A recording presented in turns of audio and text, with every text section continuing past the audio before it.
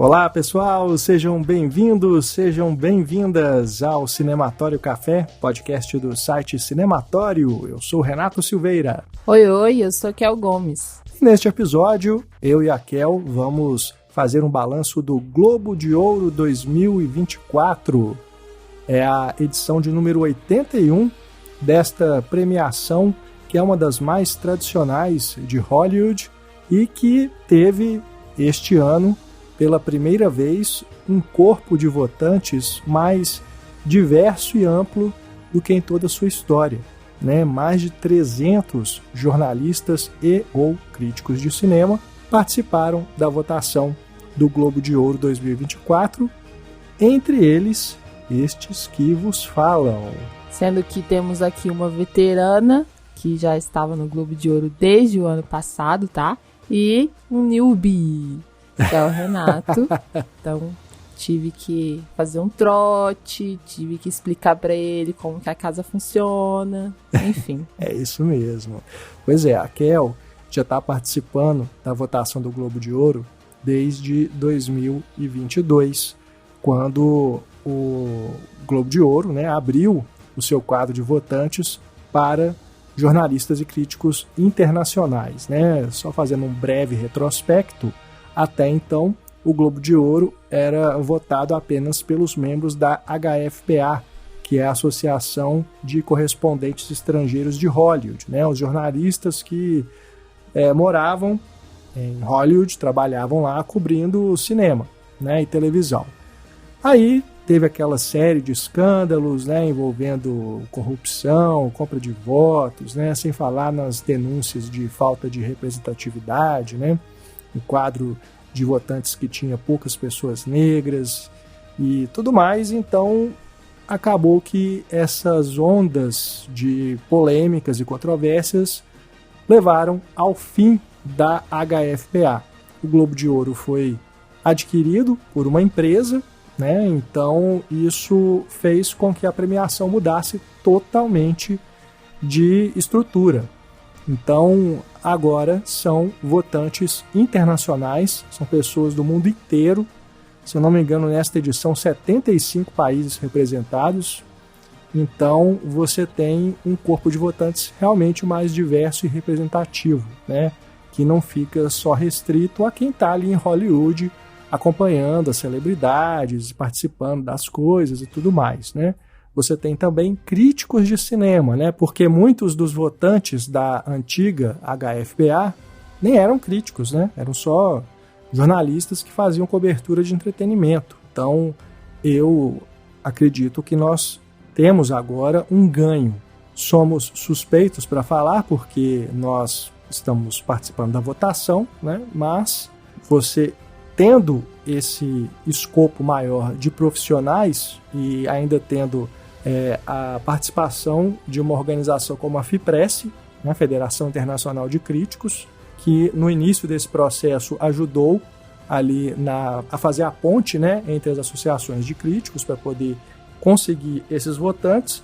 Aqui no Brasil, né, a FIPRESS ela é associada à Abracine, Associação Brasileira de Críticos de Cinema. Então, nós temos esta oportunidade, né, Kel, sendo membros da Abracine, de poder participar do Globo de Ouro, né? Não é que o Globo de Ouro foi lá e chamou um por um, não. Foi aberto um processo, né, uma inscrição, você enviava o seu currículo, né, os veículos onde você trabalha, a sua experiência, e aí eles faziam a avaliação de quem se inscreveu, e aí os aprovados foram chamados para votar no Globo de Ouro. Um processo muito interessante, né, que mostra que a premiação está assim disposta a mudar e a resgatar a sua credibilidade, né, Kel? Sim. Importante a gente esclarecer que no ano passado a HFPA ainda existia.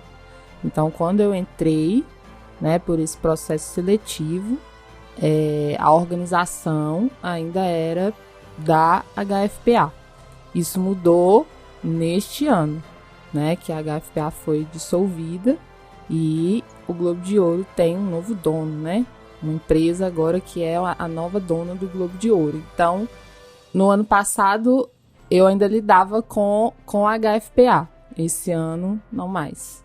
Mas, com certeza, para mim, uma das motivações é poder fazer a diferença, já que toda essa mudança estrutural é uma mudança importante, né? Então, eu pensei, a gente sempre, como crítico de cinema, né? A gente sempre se coloca críticos das premiações, né? De toda a estrutura das premiações, das questões de invisibilidade, das questões comerciais, enfim. E aí, com essa oportunidade para a gente fazer parte, né, de um corpo de votantes internacional, de uma premiação que tem aí 81 anos de história, eu realmente me motivei pela oportunidade de fazer uma diferença, né? E claro, né, gente, é uma premiação que a gente vê desde criança, assim, né, que a gente escuta falar sobre, pelo menos. Então, assim, essas mudanças, elas são importantes, sabe? E, claro, a gente vê as pessoas continuam fazendo as mesmas críticas e ok, eu super entendo, só que eu acho importante também você reconhecer, principalmente para aqueles que acompanham temporada de premiações, você reconhecer as mudanças que já são percebidas, sabe? E também essa iniciativa de fazer diferente, né, do Globo de Ouro. Sem dúvida, sem dúvida. E você observando os resultados, você percebe essa diferença, né? Você percebe o quanto que os vencedores têm diferenças em relação às edições anteriores do Globo de Ouro, né? As edições passadas, que tinham aí vencedores que você questionava com muita razão, né? E este ano, eu acredito que a maior parte das críticas acabaram sendo concentradas na cerimônia e não nos resultados, né? E o ano passado também, tá? Pois é. Ano passado, inclusive, ficou conhecida como uma edição melhor do que o Oscar, tá? Pois é, as pessoas as vitórias, né? Sim, sem dúvida, sem dúvida. Mas a gente vai falar sobre isso, né? Sobre a cerimônia. E nós também vamos contar um pouquinho dos bastidores, né, de participar dessa premiação. Nossa, muito glamour, muito glamour. Não estou me aguentando de tanto glamour. Então, vocês... Contém ironia. Vocês terão um pouquinho, né, um gostinho de como que foi estar participando desse processo de votação, né, que durou aí o segundo semestre inteiro de 2023 e um pedacinho agora de 2024 até o envio final dos votos. Mas antes, claro, a gente tem que falar dos premiados, né? Então a gente vai começar aqui o nosso bate-papo sobre o Globo de Ouro 2024 falando sobre os vencedores, né, em categorias cinema e TV. Fazendo aqui um breve resumo, né, a gente teve na liderança dos vencedores, nas categorias de cinema, o Oppenheimer, que venceu o duelo Barbenheimer e ficou com 5 prêmios, né? Ganhou como melhor filme drama, melhor direção para o Christopher Nolan, melhor ator para o Cillian Murphy, melhor ator coadjuvante para o Robert Downey Jr. e melhor trilha sonora original. A Barbie ganhou 2 Globos de Ouro, né? Ficou com o prêmio de melhor canção original, né? What I Was Made For, da Billie Eilish, e também o prêmio inaugurado nesta edição do Globo de Ouro de realização de bilheteria, né? Realização cinematográfica de bilheteria, né? Um nome pomposo, só para não falar, melhor filme popular, melhor filme que deu mais dinheiro, né? Tem isso, né? A questão da bilheteria, mas eu acho que eles quiseram colocar também melhor feito cinematográfico, né? Para dar uma valorizada na técnica também, no filme em si, não somente na questão de número, não somente na questão de quanto levou, né? Porque senão era muito fácil saber o vencedor, assim. Era só ir na lista de maior bilheteria e já entregar o prêmio. Mas aí é isso, assim, dentre esses grandes filmes, né, grandes produções de um marketing maior, qual que teve, de fato, um grande feito cinematográfico? E pra mim, assim, não podia ser outro, sinceramente. Também, sim. Então, Kel, já que você puxou o assunto da Barbie ganhar essa categoria de melhor bilheteria, né, o prêmio de melhor bilheteria, vamos dizer assim, eu fiquei muito feliz com essa vitória, porque eu realmente temia que a Taylor Swift pudesse ser premiada, né, afinal de contas, eu não diria nem que Taylor Swift The Air Store é um filme, né, um filme, porque as pessoas que foram ao cinema assistir foram ver um show, né? Elas não foram ver um filme narrativo nem um documentário, elas foram ver um show. Se o show tem início, meio e fim, tem uma narrativa ali dentro dele, da sua estrutura, se o que você vê no cinema tem crédito inicial, crédito final, ok, beleza, é um filme, pode ser considerado. Mas não fosse esse fenômeno de bilheteria, nem estaria sendo considerado, né? Então, existem vários outros shows aí que são exibidos no cinema, né? Mas esse aqui se destacou porque tem uma multidão de fãs que foi lá e a Taylor Swift conseguiu esse feito financeiro, né? Vamos dizer assim.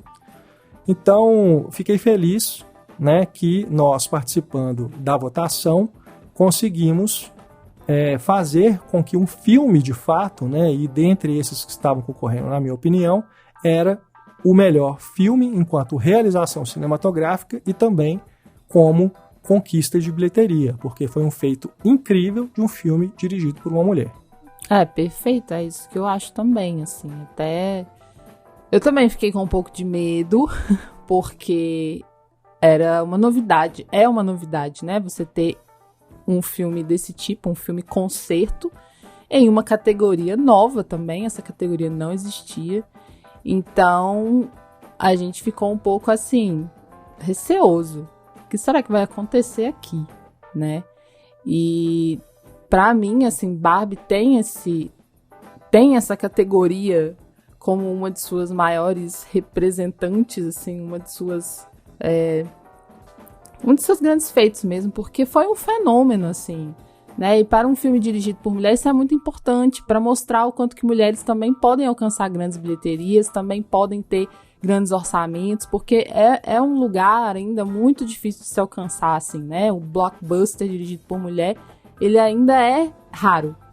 E a Greta provou isso pra gente, não só sendo um filme de uma grande marca, como também sendo um filme totalmente focado em experiência feminina, em coisas que são ligadas ao feminino, né? Então, por isso, essa imensidão rosa, que, claro, deixou todo mundo um pouco saturado, cansado, mas eu vi por esse ângulo, assim, de uma mudança mesmo para o mercado, de uma abertura para o mercado, sabe? Porque, ao mesmo tempo, você percebe que esse movimento avassalador de marketing para filmes que são dirigidos por homens e com personagens masculinos sempre aconteceu, né? Fantasias, né, de super-heróis, enfim, isso sempre foi bastante avassalador, assim, digamos. E aí, de repente, você tem uma figura feminina tomando conta, assim, do marketing, tomando conta das salas de cinema, e a cor rosa. Então, em termos de experiência feminina, né, experiência de mulheres, eu achei bastante proveitoso, assim, que seja esse filme, que seja uma diretora mulher e uma produtora também de visão, né, que é a Margot Robbie. Eu tô cada vez mais admirada, assim, do quanto que ela tem visão. E não só como atriz, né, porque ela também é uma ótima atriz, mas como ela tem essa visão de negócios. E é bem melhor, né, que seja Barbie a vencer essa categoria na criação dela do que, por exemplo, mais um filme da Marvel. Exatamente. Né? Então, mesmo, né, é claro que se fosse um filme da Marvel dirigido por uma mulher, teria um mérito que a gente estaria ressaltando aqui. Mas vamos dizer aqui que a Greta Gerwig, né, teve muito mais inteligência, né, de fazer um filme de marketing, de grande estúdio, né, com envolvimento dessa grande marca, fazendo a Barbie, do que brincando aí com os super-heróis. Né? Inclusive, os super-heróis são uma das piadas, né? São alvos de uma das piadas que ela faz no filme. Ótimas piadas. Eu acho que nessa categoria, talvez, se Barbie não estivesse aqui, o que eu torceria seria John Wick. Ah, com certeza. Sem dúvida nenhuma, né? Mas lembrar também que o Oppenheimer estava concorrendo nessa categoria, então foi um dos duelos Barbenheimer da noite, né? E esse a Barbie ganhou. Na outra categoria que Barbie venceu, que foi canção, ela concorria praticamente contra ela mesma, né? Porque eram 3 músicas da Barbie e a que ganhou foi a da Billie Eilish, né? Que é uma música mais triste, profunda, né? Que fala mais assim dos temas, né? Que o filme trabalha, do que as outras duas, né? Que são mais divertidas, né? A da Dua Lipa, que é a que eu gosto mais, desculpe. Mas Dua Lipa e a I'm Just Ken, né, que é aquele número musical que é muito divertido também. Mas eu acho que fez sentido, né, a vitória dessa música da Billie Eilish, que a coloca já como forte concorrente aí pro Oscar, né, para faturar seu segundo prêmio, né? Ela ganhou o segundo Globo de Ouro e provavelmente vai ganhar o segundo Oscar. Provável, né? Essa música eu gosto dela dentro do filme, vendo o filme. Fora, eu não gosto tanto. Eu acho que não me conecta. Mas dentro do filme, eu acho ela perfeita. É o que importa, né? Afinal de contas, né? Exato. Afinal, a gente tá falando... Não é Grammy, não é Globo de Ouro. E é isso que você falou. Tem os temas, tem a melodia importante pro momento da personagem, né? Tem gente que chora. Então, assim, ela traz essa camada emotiva de uma maneira muito simples. Pra mim, é uma canção simples e que funciona. Né? Exato. Agora, o Oppenheimer, nas categorias em que ele tinha ali esse duelo com a Barbie, ele venceu em melhor direção pro Christopher Nolan, a Greta Gerwig também estava concorrendo, e melhor ator coadjuvante, né? Porque o Ryan Gosling também estava concorrendo e quem ganhou foi o Robert Downey Jr. Nas outras categorias, o Oppenheimer estava concorrendo mais diretamente com Assassinos da Lua das Flores, né? Melhor filme drama, que ganhou, e também melhor ator principal, né? Que foi o Cillian Murphy. E a gente tinha ali o Leonardo DiCaprio também concorrendo pelo Assassinos da Lua das Flores. Aí você vê que a gente teve essas vitórias, né, do Nolan. É algo esperado, né, Kel? E que eu acho que deve se repetir, né, e se confirmar um favoritismo do Oppenheimer aí nas próximas premiações, até porque eu acredito que isso aconteceu por uma divisão de votos. Quem gosta do filme do Nolan, que gosta do diretor, que gosta, né, da história que ele conta aqui e tudo, votou sem pensar 2 vezes.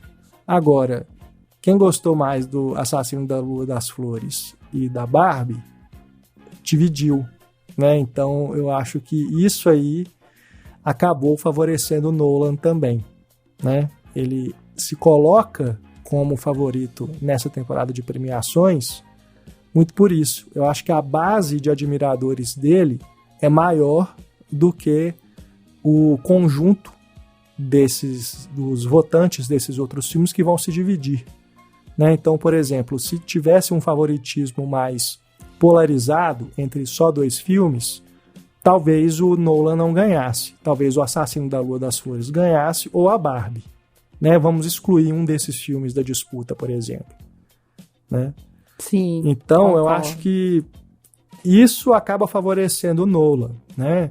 E claro, é um filme que tem seus méritos. Não sou fã, não votei, não votaria de novo se tivesse a oportunidade em outra premiação.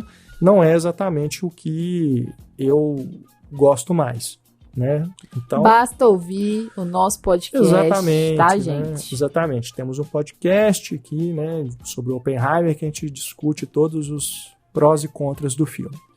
Eu achei que é uma categoria que não estava tão boa quanto o ano passado, tá? A categoria de Drama. Não, peraí que eu tô confundindo. Não, a gente tá falando de direção, que é onde se dividiram os votos. Tá. A categoria de direção desse ano, pra mim tá melhor, porque finalmente estamos com 2 mulheres concorrendo, né? Tivemos 2 mulheres concorrendo. Poderia então, ter mais, facilmente. Sim, poderia ter mais, facilmente. Mas o ano passado não teve. E isso foi uma das minhas infelicidades, das minhas tristezas do ano passado. E agora eu tava feliz. Porém, quem levou foi o Nolan. E eu acho que... Eu concordo com você. Eu acho que teve disso, assim. Ele tem uma torcida maior, digamos assim, né? Ele tem mais fãs aqui. Ele tem mais admiradores do que se for comparar com os outros diretores que devem ter se dividido, assim. Porque são filmes muito diferentes também, né? Muito diferentes. Se for pensar, assim, no Vidas Passadas, da Celine Song, é completamente diferente do Pobres Criaturas, do Yorgos Lanthimos, assim. Então, assim, se dividiu. As pessoas se dividiram e acabou ficando com o Nolan mesmo. Eu já comecei, assim, desanimar um pouco quando o Robert Downey Jr. ganhou.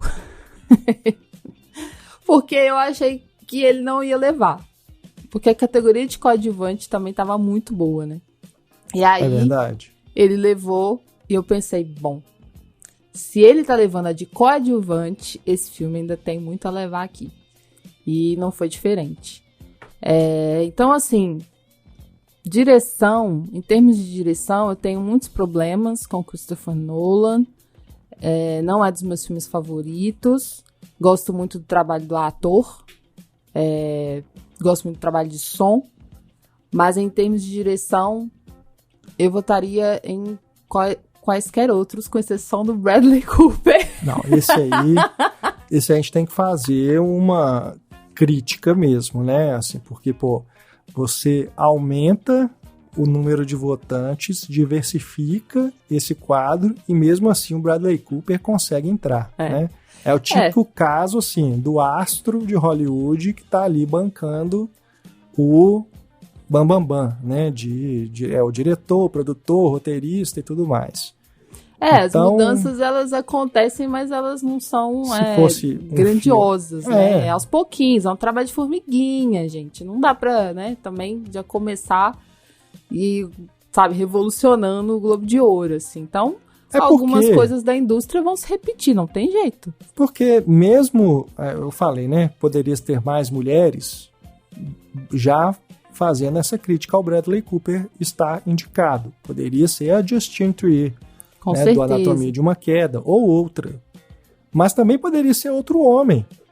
Tem opções melhores, né? Por exemplo, podia ser o David Fincher, por O Assassino, até o Ridley Scott, pelo Napoleão, sabe? Eu acho que havia opções melhores para essa indicação, né? Aumentaram para 6 indicações, eram 5 agora, a partir desse ano são 6.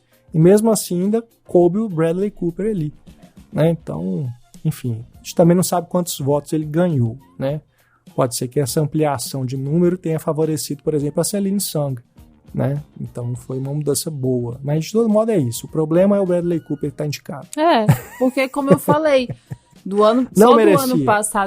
só do ano passado para cá, já teve essa questão de 2 mulheres diretoras entrarem.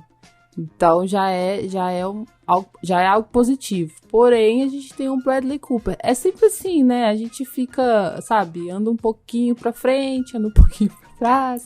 Jonathan Glazer, né? Poderia ter sido indicado no lugar dele. Verdade.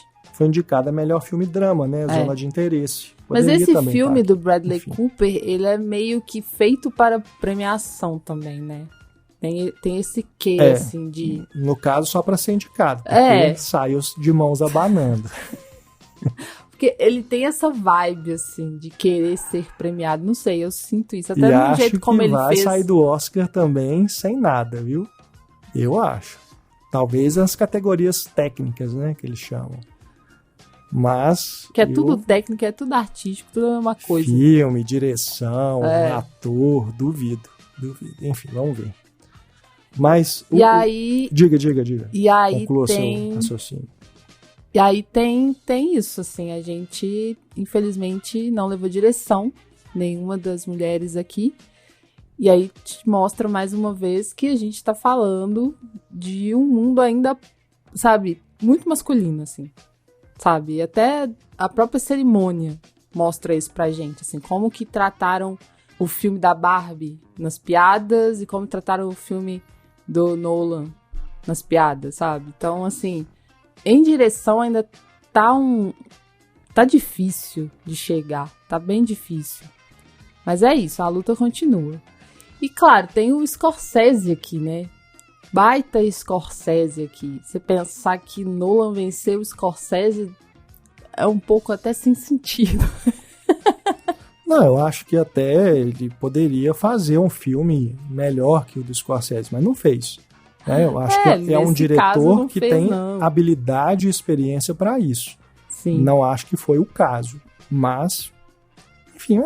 Enfim, essa categoria, são coisas que de premiação, né, que não adianta, né? Às vezes ele ganhou com uma diferença pequena, né, de votos, a gente não tem acesso aos números, né, de votos nem nada, e é isso, pode ter sido uma vitória apertada, né? A gente nunca vai saber, mas pode ter sido. Agora, na categoria filme-drama, o Oppenheimer ganhou também, e como eu disse, aqui não tinha a Barbie concorrendo, mas naquela tese, vamos dizer assim, que eu apresentei aqui, eu acho que o Anatomia de uma Queda entra no lugar de Barbie para dividir os votos.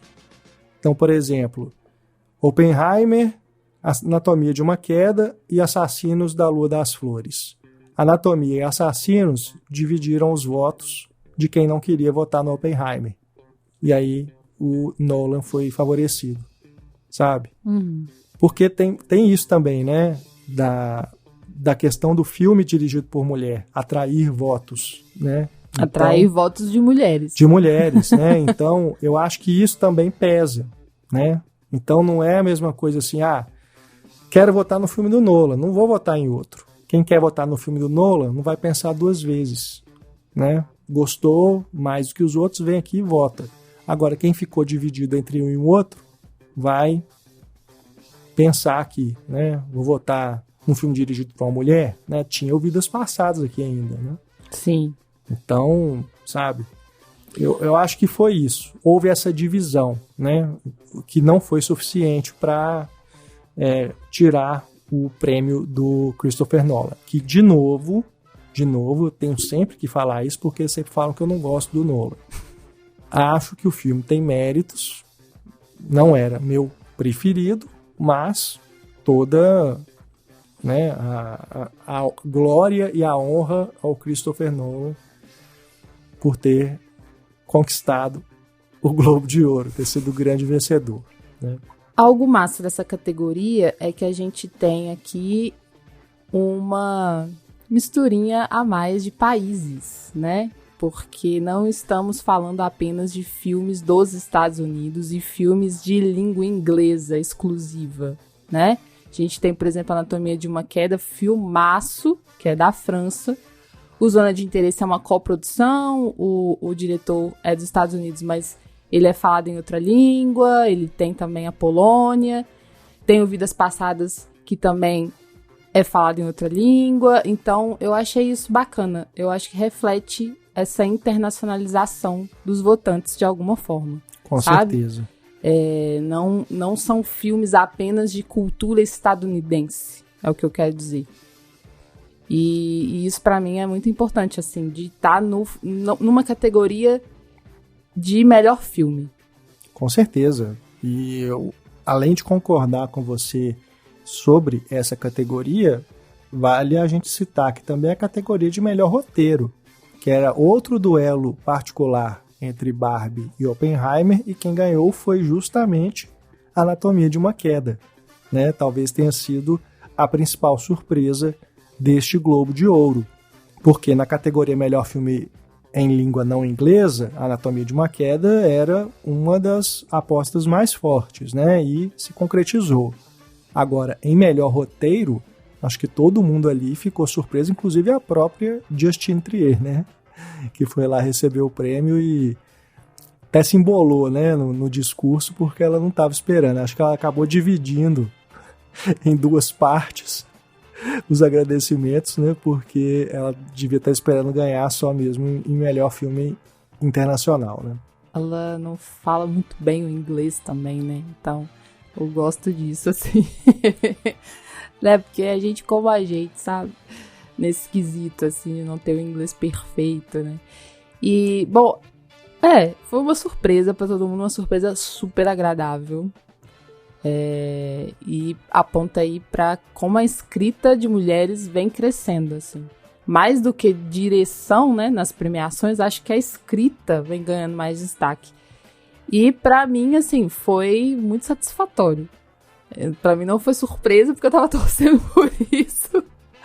Mas, de fato, foi algo que impressionou, assim, todo mundo, né? Exatamente por ter essas grandes produções aí numa disputa maior. Grandes escritores também, grandes roteiristas, né? A própria Greta com o Noah Baumbach, que tem uma escrita excelente. O roteiro do Eric Ross com o Martin Scorsese também. Nossa, muito, né? Baseado em um livro e muito, muito interessante, assim, as mudanças que fez a partir desse livro. Enfim, os roteiros todos eu achei muito bons. Sério. Com exceção um pouco do Oppenheimer. Mas até assim, do Oppenheimer, tem coisas que eu gosto do roteiro dele, assim. É mais a direção que eu fico, sabe, com mais problemas. Mas, enfim, são roteiros muito bons. E a Justine Triet ter ganhado aqui mostra o quanto que ela é genial. Porque é um... Nossa, eu me lembro da experiência do filme, assim. É impactante. É bem massa, assim. Eu gosto demais do filme dela. E essa escrita dela é muito interessante mesmo. Eu acho que também é um filme que ganhou super merecido, né? Os 2 prêmios. E fiquei muito feliz. Mas em roteiro não foi meu voto. Eu acho, inclusive, que, por exemplo, Barbie, aí pegando o Barbenheimer, né? Ele é bem melhor, bem mais interessante do que o Oppenheimer, porque ele se baseia em um material prévio, assim, um material tipo um livro, né, um quadrinho, sei lá, um programa de TV, alguma coisa assim. É baseado simplesmente em coisas que estão na sociedade, né? É praticamente um roteiro original. Adaptado, está sendo considerado adaptado, inclusive, para o Oscar, né? Mas porque os personagens não foram criados pro filme, mas a história é original. A história é todinha original, né? Gente. Então, todinha, eu acho que sabe? ali tem uma coisa muito mais formidável do que você pegar o que o Nolan fez, entendeu? Que é baseado no livro, né? Ou o Scorsese com o Eric Roth, com o Assassinos da Lua das Flores, por mais que sejam adaptações excelentes, né? Mas eu acho que em termos de roteiro e criatividade, a Greta ganha deles.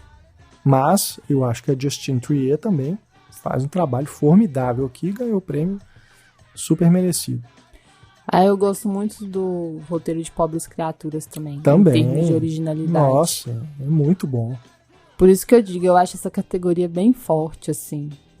Até eu Vidas Passadas, que eu acredito que em termos de originalidade, talvez não seja um dos mais fortes, né?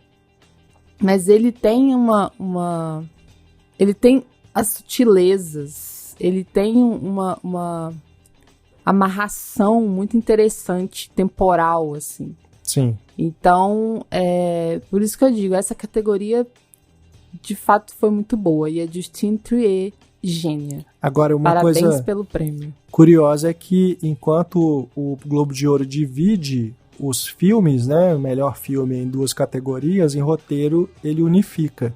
E o Oscar faz o contrário, né? Ele divide os roteiros em 2 categorias, né, original e adaptado, e junta os filmes numa mesma categoria, né? Isso é curioso. Bom, aliás, isso do Globo de Ouro é o que sempre rende muito bafafá, porque sempre tem um filme que não é comédia e vai pra comédia, né? E aí as pessoas falam, mas não tem nada a ver. E assim, gente, não tem mesmo. Mas quem escolhe a categoria em que vai escrever seu filme é o dono do filme. É o estúdio. É o estúdio, é não a pessoa que escreve o filme. Não então, é o Globo assim, de Ouro nem o votante. Isso, não é o Globo de Ouro nem o votante. É quem escreve o filme, ele escolhe. E aí ele pode fazer uma escolha estratégica. E neste caso ficou com Os Segredos de um Escândalo, May December, que não é uma comédia, de forma alguma. É até problemático você falar que esse filme é uma comédia, né? É complicado, né? Mas é o que escolheram para ele. Mas fizeram isso porque ele tem uma certa dose de Isso. ironia ali, trabalha com essa chave do melodrama, né? Então... pode ser uma dark comedy, né? Uma coisa assim, bem Nem ácida. isso. Que eu acho que é o que o diretor poderia argumentar, entende? Mas enfim. Acabou que é mais um filme que também saiu de mãos abanando. E pode ser que no Oscar, né, e nas próximas premiações também fique pelo caminho, né? Mas é um ótimo filme também. Eu gosto, né? demais. Muito bom. Inclusive do elenco. Independente de prêmio. Exatamente, o elenco é formidável, né? Muito bom. E olha, antes da gente falar inclusive das atuações, né, pra gente fechar aqui as categorias de cinema, faltou, dentre as categorias de melhor filme, a animação. Então a gente teve a vitória de O Menino e a Garça, o mais recente trabalho do Hayao Miyazaki, né, do estúdio Ghibli, e a gente ficou muito feliz com essa vitória, porque é um filme belíssimo, né, assim como vários outros que o Miyazaki já fez, e ganhou do Homem-Aranha através do Aranhaverso, que era também uma fortíssima aposta, né? Acho que muita gente dava, inclusive, como o franco favorito. E, por mais que seja um excelente filme, super elogiado, que também foi fenômeno de bilheteria, saiu do Globo de Ouro sem nada, né? Mais uma prova de que ganhar prêmio ou não é demérito ou mérito, né? Dependendo aí do caso, de qualquer filme, né? Isso aqui é só uma votação, é uma preferência de um grupo de pessoas, não quer dizer exatamente, né, o que a obra é. Sim, né? É um grande grupo de pessoas, né? Então ainda tem que considerar isso, assim, de vários lugares do mundo. Então, gente, não é definidor de obra alguma, né? Eu acho que o bom aqui, nesse caso, né, de um filme do Estúdio Ghibli ganhar, é mais uma vez a questão de não ser um filme estadunidense, não ser um filme Disney Pixar, como é costume que aconteça. Então, eu gosto disso, assim, de outras culturas chegando nesse lugar do prêmio, sabe? Chegando nesse lugar que é um lugar de visibilidade, que pra mim, essa que é a questão, assim. Mais pessoas vai ver o Menino e a Garça por conta de toda a visibilidade que ele ganha agora com o Globo de Ouro. E é, inclusive, o primeiro filme estrangeiro a ganhar nessa categoria no Globo de Ouro. Então, veja bem, 81 anos, olha só, um filme japonês finalmente chega e ganha. A gente tinha outro filme japonês concorrendo, que eu gosto muito também, que é o Suzume. Muito bom, muito bom. Eu adoro, assim. Mas, então, pra mim, qualquer um dos dois ganhando, eu tava muito feliz. O Homem-Aranha também, porque eu gosto do filme, mas essa questão, sabe, de ser um filme de fora, me conquista demais. Porque é isso, é uma outra cultura. E o filme do Miyazaki é maravilhoso, né, gente? Não precisa nem fazer propaganda, porque quem conhece Miyazaki sabe. A hora que, quando eu vi que ele ia lançar, eu falei, pronto, é dele. Tô mentindo? Eu falei, acabou para os outros concorrentes. Quando eu vi que ele estava indo lançar um filme. Considerando que o filme está sendo vendido como o último filme do Miyazaki, né? Ele já está bem velhinho, né, gente? Já, inclusive, havia anunciado a aposentadoria e voltou para fazer mais um. Ele teria encerrado no outro filme, né? O filme anterior, Vidas ao Vento, né? E voltou para fazer mais essa obra-prima, né? Um filmaço mesmo. Então, eu acho que é um fator também que acaba pesando, né? para as pessoas, para além da qualidade do filme, eu acho que também é um fator aí que as pessoas levam em conta. Bom, precisamos falar agora de Pobres Criaturas, não é, Kel? Porque é o filme que ganhou da Barbie em musical ou comédia, né? A Barbie era tida como favorita para essa categoria e o Pobres Criaturas ganhou. Eu acho que também é um sinal aí da participação desse quadro de votantes diferente, né? Que deu prêmio para um filme que não é o filme da modinha, né? O filme do super stardom, né? Que todo mundo estava achando que ia ganhar. E na mesma toada, a gente pode falar que a Emma Stone ter ganhado da Margot Robbie é outro sinal disso, né? Acho que muita gente, pensando em Globos de Ouro passados, poderiam ter apostado aí facilmente em Barbie, né? Agora, se você for analisar a qualidade da atuação da Emma Stone, eu realmente prefiro do que a Margot Robbie. E em relação ao filme, eu também prefiro Pobres Criaturas no lugar da Barbie. Eu acho que é um filme muito especial que, sabe, eu não sou lá muito fã do Yorgos Lanthimos, né, o diretor. Eu até gosto assim, dos outros trabalhos dele. A Favorita foi o que eu mais gostei até então, mas olha, Pobres Criaturas, com toda a excentricidade que é característica do diretor, ele tem muito mais elementos, né, para além disso. Está tudo muito bem justificado ali, essas maluquices com tudo que ele está falando, né, sobre esses personagens, essas vidas ali que são, né, desde o criador da protagonista, né, a Bella, que é essa Frankenstein, né, uma homenagem aí ao monstro do Frankenstein, interpretada pela Emma Stone, até ela própria, né? Então acho que são trajetórias, são personagens ali que têm dores, né, muito profundas e que os atores trazem isso de uma forma, né, muito sincera, muito genuína. E está tudo muito em sintonia ali no filme, né? A direção de arte, a trilha sonora, tudo. Então eu gosto muito de Pobres Criaturas e junto aí com Assassinos da Lua das Flores é o meu filme favorito aí dessa temporada de premiações. Eu também gosto demais de Pobres Criaturas e ao contrário de você, eu adoro o Yorgos Lanthimos desde muito antes. É mesmo, você é fã mesmo.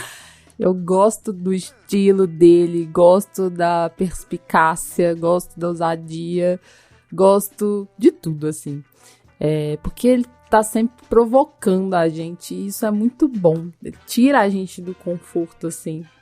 E aqui eu achei interessante porque ele uniu essa característica de tirar a gente do conforto ao mesmo tempo que é um filme muito divertido. Eu ri muito com esse filme.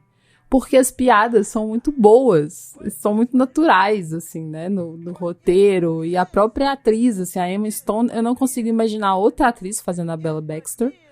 Até pela expressão do olhar dela, assim, né. Excelente, ela tá muito bem. Ela tá bem demais, assim. O elenco inteiro também é um dos meus elencos favoritos. Assim como sim, O Segredo de um Escândalo. Ótimos. O elenco de Pobres Criaturas tá maravilhoso. Foi foi um deleite esse filme pra mim. Foi um deleite. Então, e certamente a gente vai falar mais dele, né, sim, durante a temporada, porque vai ser indicado ao Oscar e tudo, então aguardem que teremos podcast, né, pra gente discutir mais o filme. Mas é isso, eu concordo demais com aquilo. E assim, figurino, direção de arte também, sempre muito rico. Ele trabalha com muitos elementos que enchem os olhos da gente, assim. Cada frame do filme é algo a se descobrir, assim, é algo a viajar. E nessa categoria de melhor atriz musical ou comédia, eu gostei muito que a Alma Pöysti, de Folha de Outono, foi indicada. É um filme da Finlândia. Então, assim, sabe, chegou onde chegou. Mais uma diferença. Os votantes fizeram. Sim, e é um filme super diferente, assim, né? Super independente, assim, desse mainstream mesmo, assim, até na forma de narrar. Então isso é muito legal.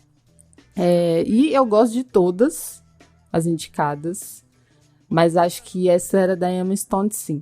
Pela força da própria personagem. Assim, foi uma construção de atriz, de roteiro, de diretor muito intensa mesmo. Assim, uma coisa que você vê que o elenco tá tão bem que nas entrevistas, durante a cerimônia, você vê que eles estão, sabe, sempre unidos, sempre se divertindo juntos, porque fizeram uma obra de coração muito aberto e que fala de temas caros ao feminismo, né? Eu até recomendo que a pessoa não vá assistindo achando que é uma tese sobre feminismo, que é um filme baita feminista, inteligentíssimo nesse aspecto, porque não é pra ser isso, sabe? Ele traz essas questões, mas não é pra ser uma tese feminista. Então, tira esse peso de responsabilidade, né? Porque a gente tem que pensar também que tem essa intermediação, né, da visão de um homem sobre o despertar de uma personagem feminina. Então a gente tem que pensar nessa intermediação também. Mas é muito bom, gostei demais. E eu gosto, inclusive, da Jennifer Lawrence, em Que Horas Eu Te Pego, que talvez seja o filme mais fraquinho dessa categoria, né? Que é uma comédiazinha romântica. Talvez não. Eu acho que a gente pode dizer com certeza que é. Dessa categoria, sim. Pois é. É uma comédiazinha romântica, leve, sem nada demais, mas é divertida também, assim.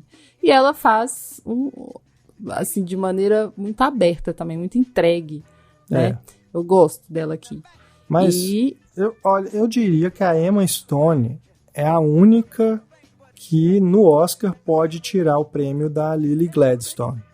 Porque aqui, lá não dividem. Lá não divide, né? Porque em Melhor Atriz Drama não tinha outra. Não a Lily Gladstone era a franca favorita. E ela continua sendo a melhor aposta para o Oscar, né?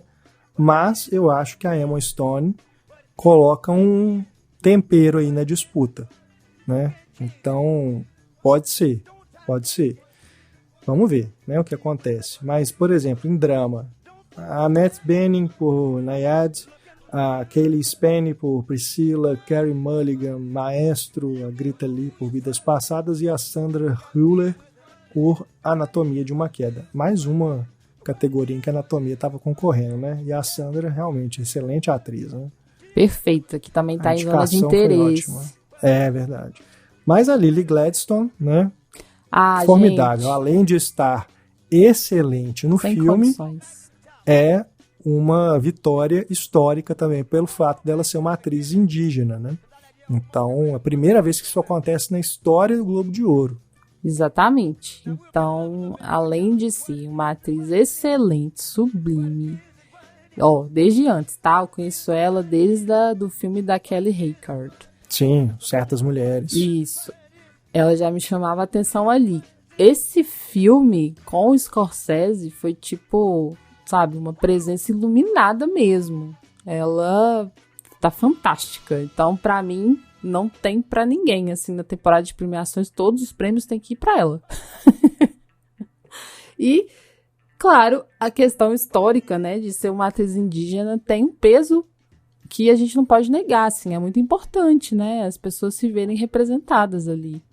E durante a cerimônia ela inclusive falou, né, em língua indígena, assim, antes de começar a falar inglês, isso eu achei bem legal também. Sim.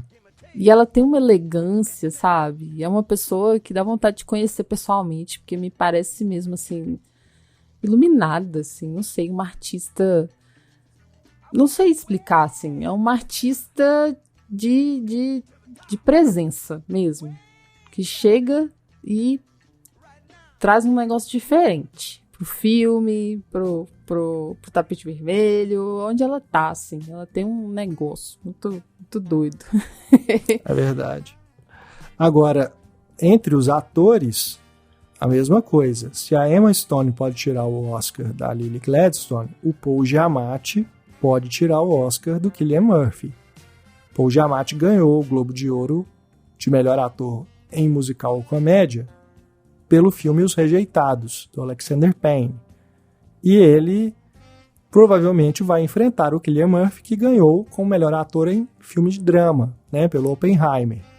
Eu acho que vai ser um belo duelo e sei não, viu? Eu acho que o Paul Giamatti tem chances? Tem chão aí pra ganhar. Eu não sei. Diminuir essa distância, eu acho. Eu acho que não. Acho que a galera vai ficar com Oppenheimer até o fim. E eu, sei não. Eu não apostaria com tanta certeza. Eu gosto muito dos Rejeitados. O Paul Giamatti tá muito bem. E tá realmente bem melhor do que no filme anterior que ele fez com o Alexander Payne, né? O Sideways, que é excelente também. Mas aqui o personagem dele tem muito mais camadas, né? Sim. Então, sabe? E é um professor. Gosto demais. É um professor. E foi tão legal ele falar isso, né? No discurso de agradecimento, dedicar o prêmio aos professores. Muito bom mesmo. E sem falar na Da'Vine Joy Randolph, que também ganhou o prêmio por esse filme, né? Melhor atriz coadjuvante. Também fortíssima aposta pro Oscar. Pelas análises que eu tô vendo, diz que também é uma pedra cantada aqui.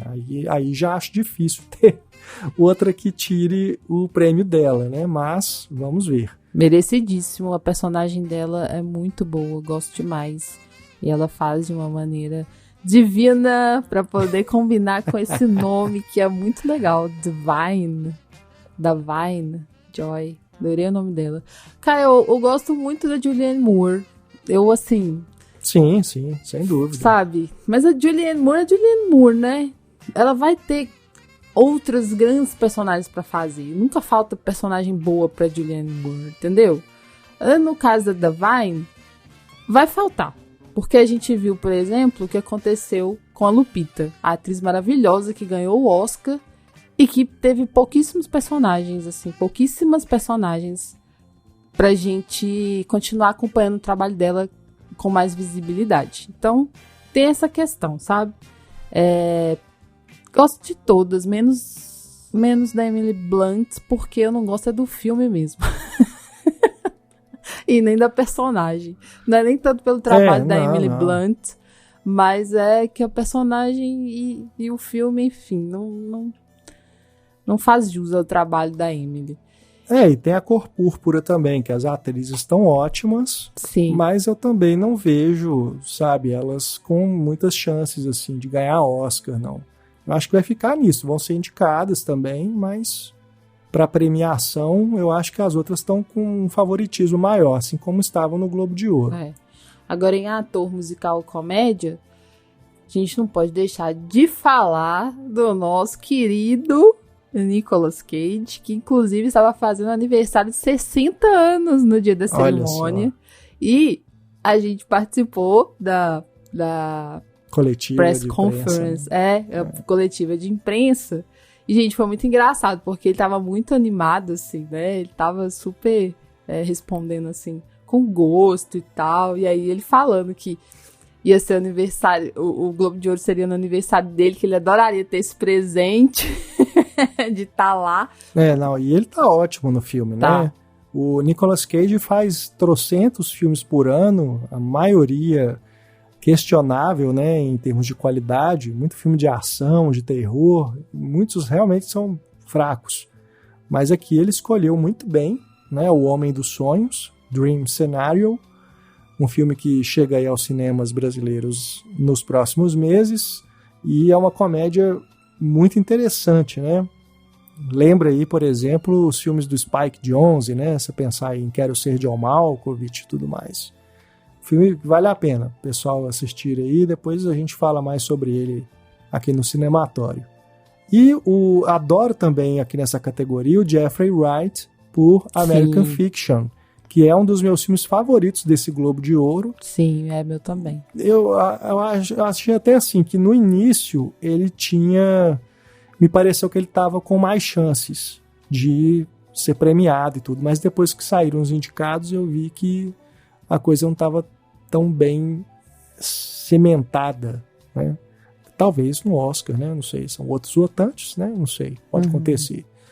Roteiro, né? Às vezes o próprio Jeffrey Wright como ator, né? Chegue aí com mais chances, mas é um filme muito bom, né? Muito bom mesmo, que fala sobre essa questão racial, né? De uma forma que tem uma leveza, né, e sem deixar de tratar o tema com a importância devida, né? Então, a direção, roteiro, né, o elenco, produção majoritariamente de pessoas negras, né?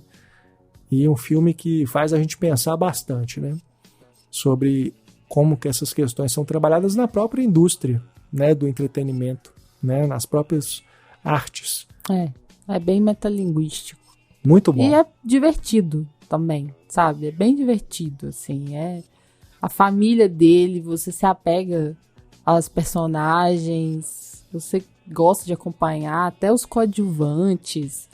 Então eu gostei também de como o filme é um filho de família também. Pra mim, para além dessa questão, né, que ele coloca, que ele fala, né, sobre racialidade na indústria, racialidade na mídia e tal, eu gosto muito do filme como um filme de família, assim, que tá lidando com seus problemas, com as suas diferenças entre irmãos, sabe?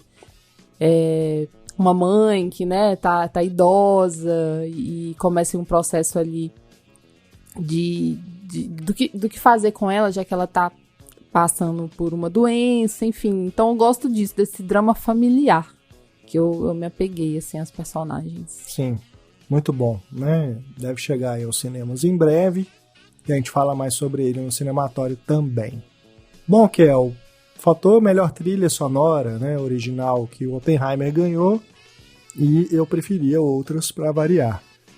Principalmente a de Zona de Interesse, que é uma trilha sonora perturbadora, né?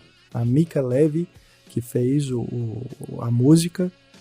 Então, além do fato, né, disso também, de ser uma mulher compositora, né, algo raro da gente ver sendo reconhecido em premiações, é uma trilha sonora incrível, né? Esse filme que é muito perturbador pelo tema que ele trata, né? Uma família nazista ali nos bastidores de Auschwitz durante a Segunda Guerra, né? O dia a dia dessa família, e você tem essa trilha sonora que né, deixa você assim, com os nervos, né, borbulhando, quase que o filme inteiro, né?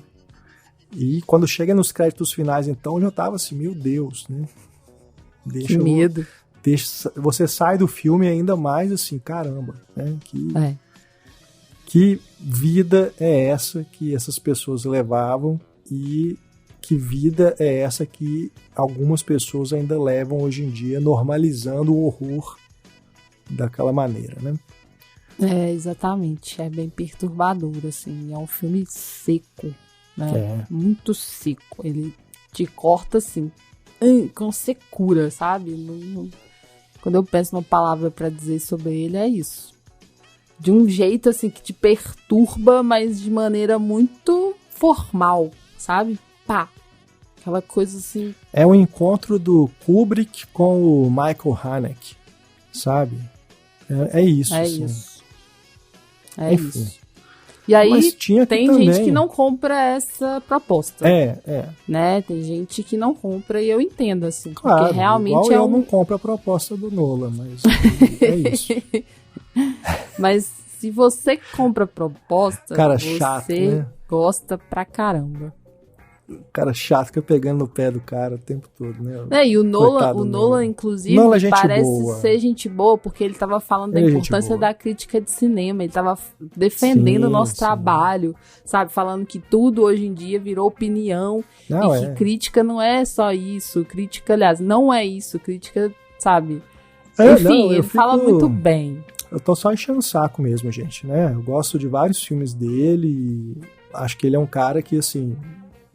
A forma como ele se posiciona nas entrevistas e tudo é admirável, né? Ele é um famoso gentleman. E eu admiro o cara. Não tenham dúvidas disso. Eu fico só enchendo o saco por causa de fandom, né? Só pra ficar espezinhando mesmo.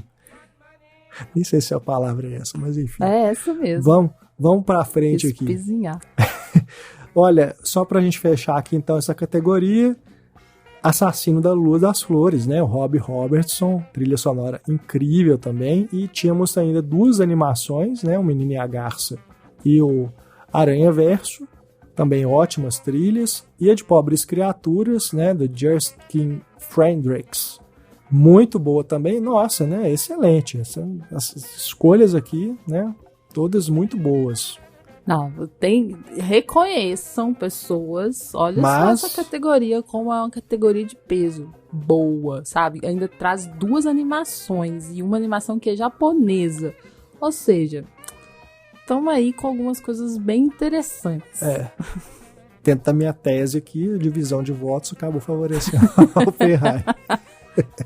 Esse foi o prêmio durante a cerimônia, mas sem graça. Não sei se é porque eu não tava prestando muita atenção mais, porque, enfim, o Oppenheimer já tava ganhando e aquele cara lá que tava apresentando tava me irritando. Aí eu achei que, sabe, essa pessoa que foi receber esse prêmio foi uma coisa esquisita, assim, sei lá. Porque eu gosto disso. Ludwig Göransson.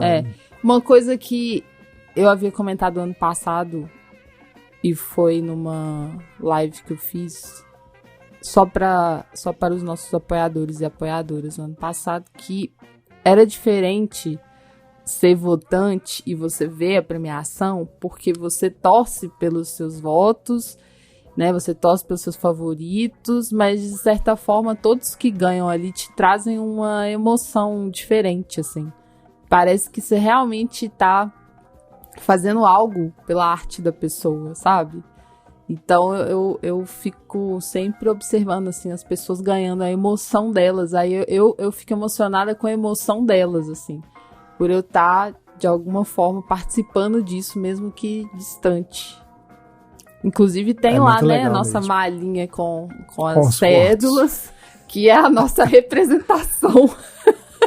Quando aparece a pessoa com a malinha, é a gente lá dentro daquela malinha, tá? Jornalista tudo mala mesmo, né? Que ridículo. Não é não.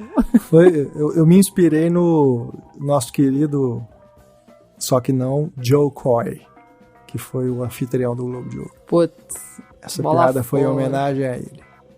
Mas, Kel, antes da gente falar da cerimônia, só passando aqui então pelas categorias de televisão, né, sem estender muito, porque senão a gente fica aqui até amanhã, mas a gente teve a consagração de Succession, né? Bem esperado isso, né? Ganhou 4 prêmios, inclusive na categoria melhor série drama, né, que é a equivalente aí à principal dos filmes, né? Então ganhou, foi a última temporada exibida no ano passado, então foi realmente a consagração. Ganhou também as categorias de atuação, né, que estava concorrendo, Sarah Snook, Kieran Culkin e também o Matthew McFadden. Aí a gente teve em série musical ou comédia o Urso, né, The Bear, que também era apontada aí como uma das favoritas. Segunda temporada, né, e uma série muito legal, né, formidável, assim, ela é muito dinâmica, né, os personagens são ótimos e extrai, assim, da gente uma atenção para um universo que não necessariamente, assim, você pensa, nossa, eu quero ver muito uma série sobre o que acontece dentro da cozinha de um restaurante. Sabe? Consegue criar um universo particular ali muito interessante, né? Com dilemas, com conflitos, né? Que você fica realmente envolvido com aquilo. E é frenético, e é caótico, e mesmo assim você se diverte. E fica nervoso também. Enfim, ele mexe muito com as emoções, né? Ele mexe com os nossos sentidos. Sim. Porque sim. Tem esse caos mesmo, assim, all the time, né? Tanto das pessoas quanto da própria forma ali, né? A forma da série, ela incorpora, assim, esses problemas todos entre familiares e entre amigos, entre colegas de profissão, enfim, é bem interessante. E os atores maravilhosos, né? O Jeremy Allen White ganhou como melhor ator em série musical ou comédia. assim como a nossa querida Ayo Edebiri. Ayo! A Ayo ganhou, né? Ela que está em Bottoms, a comédia da Emma Seligman, diretora do Shiva Baby, ou Shiva Baby, filme que está aí na Amazon, né? Amazon Prime Video, foi lançado direto no streaming no Brasil. Filme muito divertido também, mas aqui no Urso ela tá, né, excelente. Uma atriz muito carismática, né, muito divertida também. Tô doido para vê-la aí crescendo e conquistando ainda mais, né, prêmios e papéis interessantes.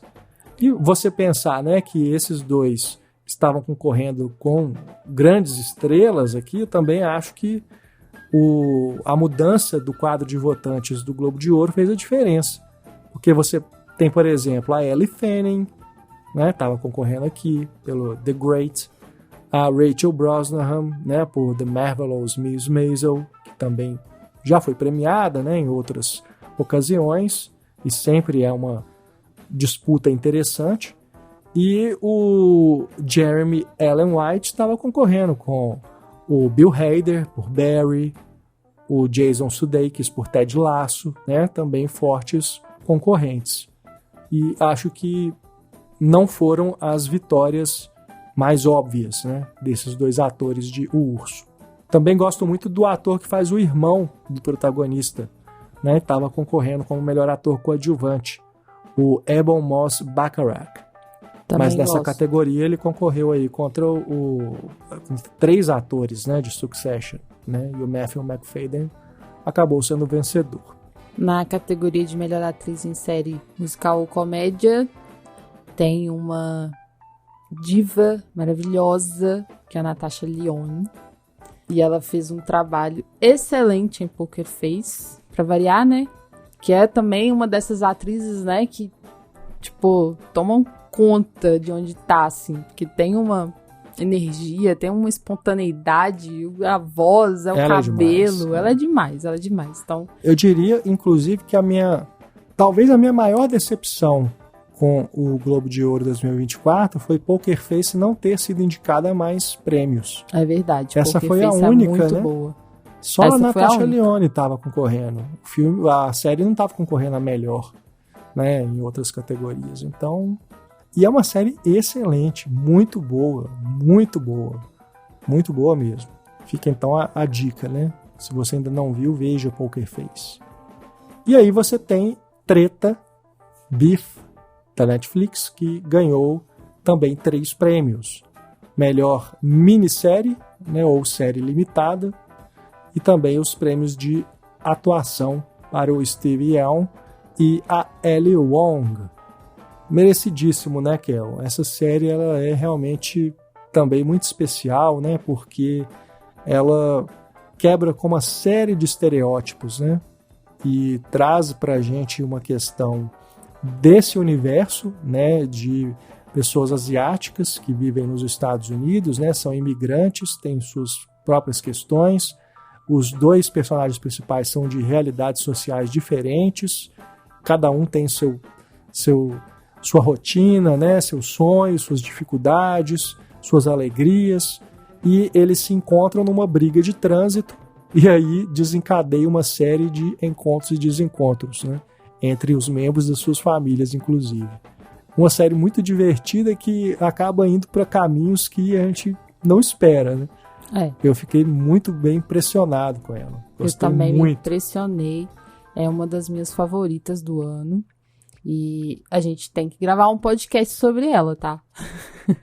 Fica aí como sugestão. Quem sabe alguém pede no Escolha da Audiência, né? Tem que gravar, então, porque é muito boa. A gente gravou sobre The Last Peçam. of Us, que também estava entre as indicadas. A gente gravou sobre Gêmeas, Mórbida Semelhança. É verdade. Que infelizmente também não teve mais indicações, mas Merecia. teve a indicação da Rachel Weisz. E tem que gravar sobre Treta. Poxa. É uma série de temas muito contemporâneos, assim. Eu acho que é difícil não se identificar com alguma situação que as personagens passam, sabe? Com algum sentimento. lida com várias questões contemporâneas nossas, assim, né? De trabalho, de relacionamento, de vizinhança, de várias coisas. Então é bem massa, assim. E como o Renato falou, ela começa de um jeito e aí vai se desenhando um outro jeito pra gente, assim, que vai meio que te destruindo, sabe? Porque, né, você começa se divertindo e depois você vai se aprofundando nos dramas. E aquilo vai te emocionando, vai mexendo, vai pro rumo da filosofia, enfim, é bem legal. E eu falei... A Ellie Wong, né, incrível. Sim. O Steven Yeun, a gente já tinha visto ali Minari, né, ele é um ator que é muito bom mesmo, né. Agora, a Ellie Wong é uma atriz que está conquistando esse espaço de protagonismo, né. Ela era mais como coadjuvante, assim, como roteirista, né, ela é uma comediante também, né. Ela, inclusive, chegou a ser convidada para apresentar o Globo de Ouro, mas ela não quis, acredito, até porque ela estava concorrendo, né. Preferiu não ter esse conflito de interesses, né. Mas ela é uma atriz, assim, que, nossa, ela é muito boa. E nessa série ela tá incrível, incrível. Merecidíssimo prêmio. Eu gosto muito dela. Tem uma outra série que a gente viu que tinha ela também. É aquela... Das meninas. Paper Girls. Paper Girls injustiçada. Porque é uma série bacana, mas que foi cancelada, né? E a Ellie Wong tá fazendo uma das meninas adultas, assim, então é bem legal. E eu gosto porque a Ellie Wong, ela sempre vai aos eventos de óculos, então é representatividade asiática e de garotas que usam óculos. Representatividade oftalmológica. Precisam usar óculos como eu. Às vezes eu tento não usar e é um caos, porque eu não enxergo ninguém. A miopia tá cada vez mais pesada, né? Por conta de computador e blá blá blá. Então eu acho legal, sabe? Porque você quase não vê. As pessoas em Hollywood são tão perfeitas que você não vê óculos, assim. É um ou dois que usam óculos, porque, né? Ou fizeram cirurgia, ou usam lentes, enfim. E aí ela, sabe, sustenta esse óculos há muito tempo, cara. Ela vai em todos os eventos de óculos. Ellie, obrigada por isso. Agora, Kel, treta ter ganhado de Daisy Jones and the Six foi, né, também muito bom. Ou, por exemplo, de Toda a Luz que Não Podemos Ver. Né? Eu acho que são duas séries que, pelo marketing que elas têm por trás, né, eu acho que elas poderiam ser consideradas aí também favoritas nessa categoria. Mas fiquei muito feliz que Treta ganhou. Mas eu também gostaria muito, por exemplo, se Fellow Travelers fosse premiado, porque é uma série também muito boa, né? E que tem protagonistas gays, né? E que trata aí de um bastidor da história dos Estados Unidos, né? Que, por esse ponto de vista, a gente não tinha visto ainda. Sim, eu também gosto bastante de Fellow Travelers. São atores muito bons também. E essa perspectiva sem estereótipo também, né? Pois é. Isso é bem importante, assim. Então eu acho que eu ficaria feliz se Fellow Travelers ganhasse, apesar da minha favorita ser Treta. Mas de forma alguma, se Daisy Jones and the Six chegasse nesse prêmio, cara, eu ia ficar com muita raiva. Porque, gente, Daisy Jones and the Six, ela só parece que é legal. Eu fui super afim. Sabe quando você tá super afim? É, exatamente. E aí, quando você vê, você fala, é isso? Você gosta dos atores, porque se você conhece, eu já conheço a Riley, o outro ator também, que é o protagonista, Sam Claflin. Gosto do trabalho deles, no geral. Mas são completamente desperdiçados porque os personagens são péssimos. É uma avalanche de clichês. E a série é chata, né? E uma série chata. Aquele formato de falso documentário. Nossa. Que mal feito, porque assim, não cola. E o trem já tá ultrapassado. As personagens são ruins. Aí, assim, é uma decepção mesmo, porque eu fui, assim, muito afim. Ainda mais porque disseram... Música dos anos 70, né? Não dá, não. Realmente um desperdício. Eu acho que é exatamente o que você falou. Parece que é legal, você vê assim as imagens, né? Você imagina uma coisa quando você vê. E uma outra coisa também que me fez querer muito ver essa série foi porque disseram que a personagem era um pouco inspirada na Stevie Nicks. Eu adoro Stevie Nicks, sou muito fã. E bom, eu acho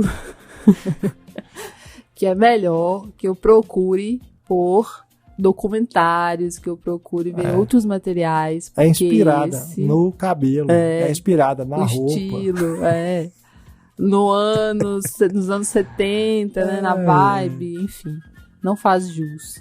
E é isso, assim, clichê, personagem ruim e chata. Enfim.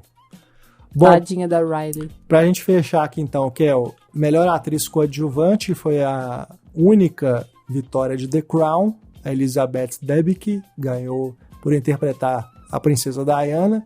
E aqui a gente faz uma menção honrosa a Diana in Love. Isso aqui é uma piada interna, porque esse filme, né, é um filme feito para TV, chama Diana in Love. Gente, o que chegou de e-mail da produção desse filme falando... Da produção não, do próprio diretor. Do próprio diretor, né? Aquelas coisas de for your consideration, né? De falando da produção do filme. Olha o quanto que isso aqui foi importante, que a gente fez, a gente trabalhou. E ressaltando principalmente o quanto que a Chante Fiennes, né? Fiennes, né? Porque ela é sobrinha, alguma coisa do Ray Fiennes. Sobrinha do Ray Fiennes, né? E falando o quanto que ela era parecida com a Diane. Ela fez um trabalho incrível, não sei o que.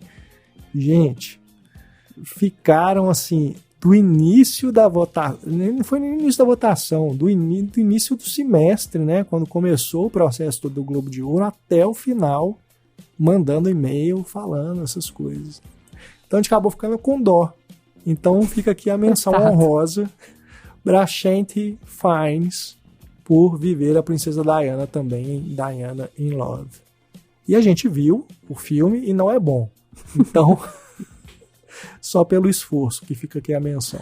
Mas eu fiquei preocupada com o diretor, porque ele estava realmente assim muito empenhado em fazer com que os votantes do Globo de Ouro vissem o filme dele. E realmente, gente, faz diferença assim que cheguem esses e-mails, né? Que cheguem o For Your Consideration. E ele me pareceu que estava fazendo isso na guerrilha, assim. Exato. Né? Que acredita muito nessa atriz, no filme dele, e correu atrás, entende? De maneira até que ficou um pouco insistente demais, um pouco chato demais. Porém, eu me preocupei com o estado de saúde dele depois, né? De ele não ter sido indicado e depois da menina de The Crown ter ganhado, assim. Então, eu espero que ele esteja bem. Eu espero de coração que ele esteja bem. Porque eu vi o quanto que ele acredita no filme dele e infelizmente não conseguiu chegar lá. Eu acho que tá bem, porque o que eu achei mais engraçado é que hoje chegou mais um e-mail e o título era Diana in Love Still Golden. Fica aí a menção. E bom, Kel, agora a gente pode comentar a cerimônia já pegando como gancho o novo prêmio de melhor comédia stand-up. Porque quem ganhou foi o Rick Gervais, pela apresentação dele, né, que tá na Netflix, o Rick Gervais Armageddon. E ele já foi apresentador do Globo de Ouro. Globo de Ouro ama Rick Gervais. Ele nem foi dessa vez. E ele foi nem curioso. Ele nem tava lá para receber o prêmio. Ah, achei paia, sabe? Sim, acho paia. Sim, com certeza. Porque assim também, eu preciso dizer, eu não sei qual a situação dele, às vezes ele não tava passando bem, a gente não sabe. Né? Mas se for simplesmente por uma escolha não vou, eu acho paia. Mas enfim, eu não era meu preferido aqui, só para falar da categoria, né? A minha comédia stand-up favorita das indicadas era a do Trevor Noah, também da Netflix. Muito legal, muito legal. Não conhecia o Trevor Noah e gostei. Eu na torcida aqui pelo Trevor Noah e pela Wanda Sykes. Apenas. Wanda Sykes. Apenas. Os outros aqui, Amy Schumer. Cheio de problemas. Sarah cheio de problemas. Silverman. Chris Rock não vale nem a pena entrar aqui no mérito. Mas é isso. E eu falei, né, que a gente pode pegar isso como gancho para falar da cerimônia, porque o ponto baixíssimo assim, do que foi o Globo de Ouro 2024 foi a apresentação do Joe Coy, que foi contratado para ser o apresentador, né, o anfitrião, na verdade, né, apresentadores tem vários, e foi um desastre, né? Foi muito mal, piadas sem graça ali no monólogo, algumas até machistas, né? Ele falou ali do... muito machista. Os Nossa. Peitos da Barbie, né? Ele ficou comparando Oppenheimer com Barbie, aí falou que enquanto Oppenheimer era um filme baseado em um livro vencedor de prêmio, Barbie era baseada em uma boneca de seios grandes, assim. Ridículo. Nossa. Então, entre outras piadas muito de mau gosto. Uma ou outra, assim, foram bem, mas a maioria não engrenou o monólogo dele. Ele chegou a, inclusive, fazer um meia-culpa ali no meio da apresentação, né? Falando que ele foi contratado apenas 10 dias, né? Que vocês queriam o quê, né? Que fosse perfeito. Falou que algumas das piadas foi ele que escreveu, outras não, e que as que o povo estava rindo eram as que ele fez.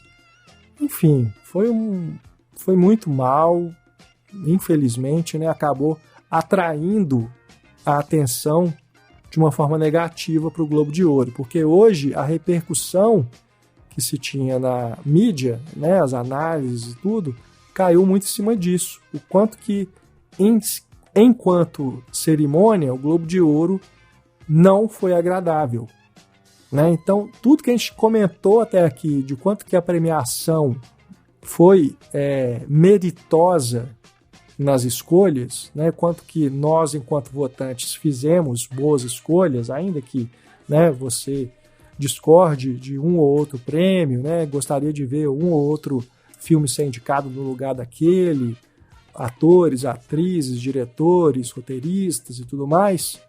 Ainda assim, foi uma premiação muito interessante, né, do ponto de vista do resultado, né? Mas acabou que, enquanto show, enquanto cerimônia, ela não foi bem.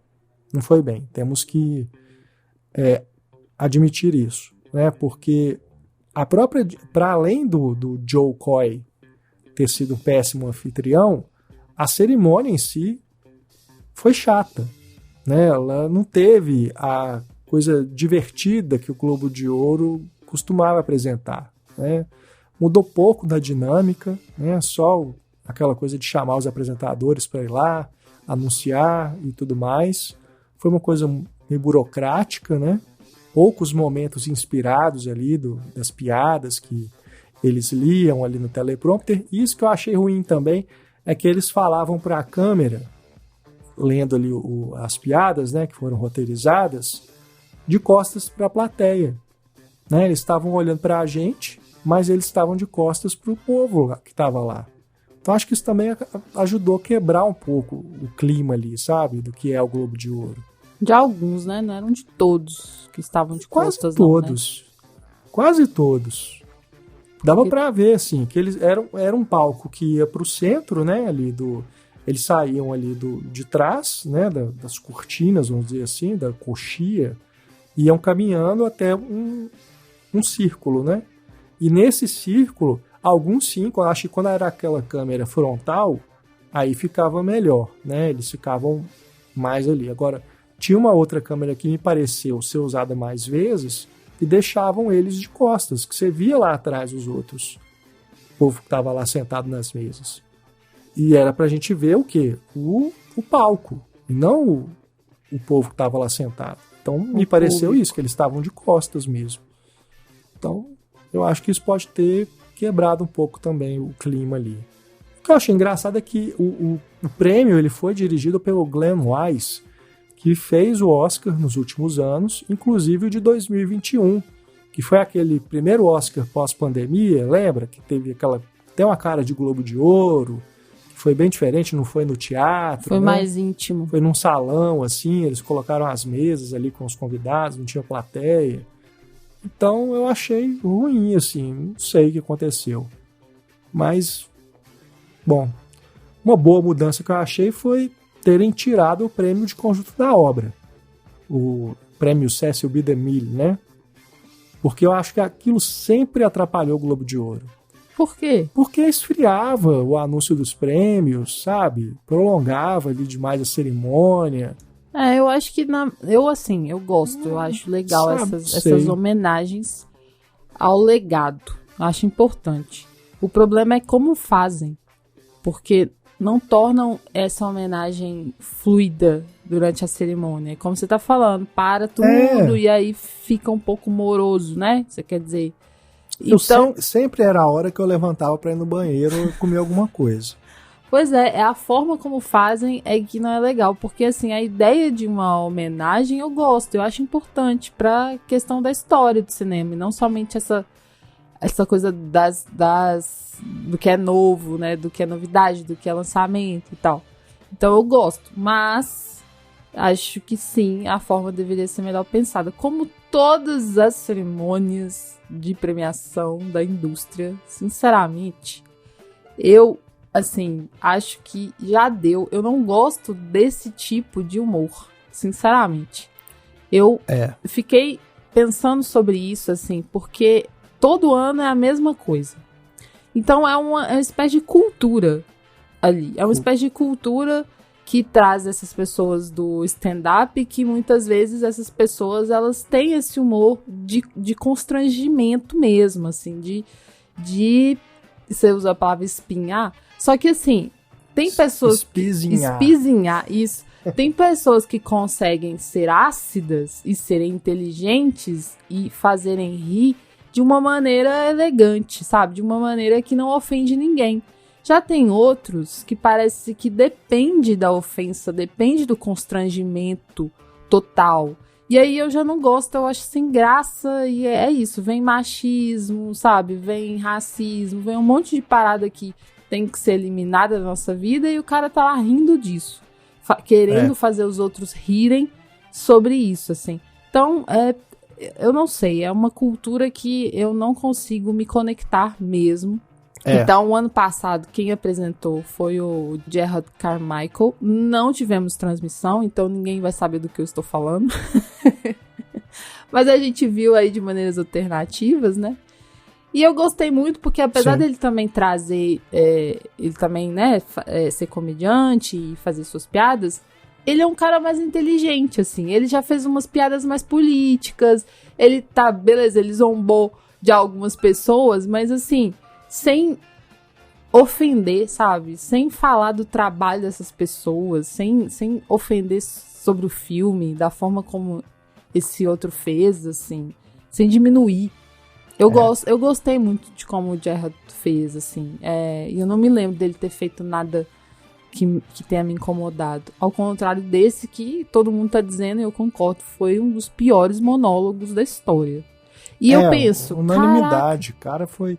Não, e depois ele sumiu na apresentação, né? Ele aparecia vez ou outra assim, tipo... Porque viu que tinha sido feio. Ou, não sei se foi por conta própria ou se mandaram, né, ele parar, né? Cortaram, assim, durante a cerimônia as intervenções dele, mas não teve nenhuma que foi marcante, né? Nada. Pois é, e é tirando isso que o momento que ele lembrou do Nicolas Cage, isso foi legal. Lembrou do aniversário do Nicolas Cage. Por favor, tinha que lembrar, né? Se não fosse ele. E aí a questão é essa, eu fico pensando assim, sempre se repete, igual teve Chris Rock outro dia, sabe? Então assim, parece que eles gostam desse constrangimento de alguma forma, ou usam isso pra gerar o buzz posterior nas redes sociais, porque aí as pessoas recortam essas barbaridades, né? Recortam o constrangimento ali dos convidados, porque sempre tem também essas imagens, né, das caras feias, das caras sem graça das pessoas, então isso também gera um buzz. Aí eu não sei se é uma mistura disso, sabe, de falem mal, mas falem de mim, com uma certa cultura que valoriza mesmo a piada do constrangimento, assim. Igual então, falam que não existe publicidade negativa, né? Então, bom, todo mundo tava falando do Globo de Ouro hoje. Se tivesse sido ok, um monólogo ok, uma apresentação ok, será que as pessoas estariam falando tanto? O Oppenheimer ganhou 5 prêmios e tal. Que é um problema também, as pessoas tendem, no geral, então, né? Eu acho que é por isso mesmo, o povo faz essas escolhas controversas assim pra gerar o bafafá. O buzz. No geral, me parece que as pessoas nas redes sociais, elas tendem a gerar mais conteúdo a partir do desgosto, né? Da raiva, do não Com gostar. certeza. Quando é algo legal, assim, ou simplesmente ok, não, foi ok. Ninguém compartilha. Tipo, é isso que você tá falando. Talvez se o discurso de abertura tivesse sido ok, tranquilinho, ninguém estaria falando sobre o discurso, sabe? Porque foi bom. E aí isso me preocupa, assim, porque também é questão cultural, né? Mas enfim, ao mesmo tempo eu não acho que gente. eles fizeram de propósito, assim, vamos chamar um cara ruim pra gerar isso no dia seguinte. Não, eu acho também que não é por aí. Não acho, mas também, assim, eles gostam do risco justamente por isso. Entendeu? Inclusive no ano passado, o Gerard, ele fez piada com a própria questão da diversidade do Globo de Ouro, assim, né? E era o primeiro Globo de Ouro depois das mudanças estruturais. E aí ele aproveitou que era esse tempo, né, esse momento, para poder fazer piadas sobre isso, assim, para poder brincar com isso de uma maneira crítica. Então, assim, é um certo constrangimento? Mas é uma verdade, digamos assim. É uma verdade que as pessoas precisam encarar. Diferente de quando o cara vai lá e faz uma piada machista que também constrange, mas não é a partir de uma verdade, é a partir de uma percepção preconceituosa da pessoa, sabe? Do comediante.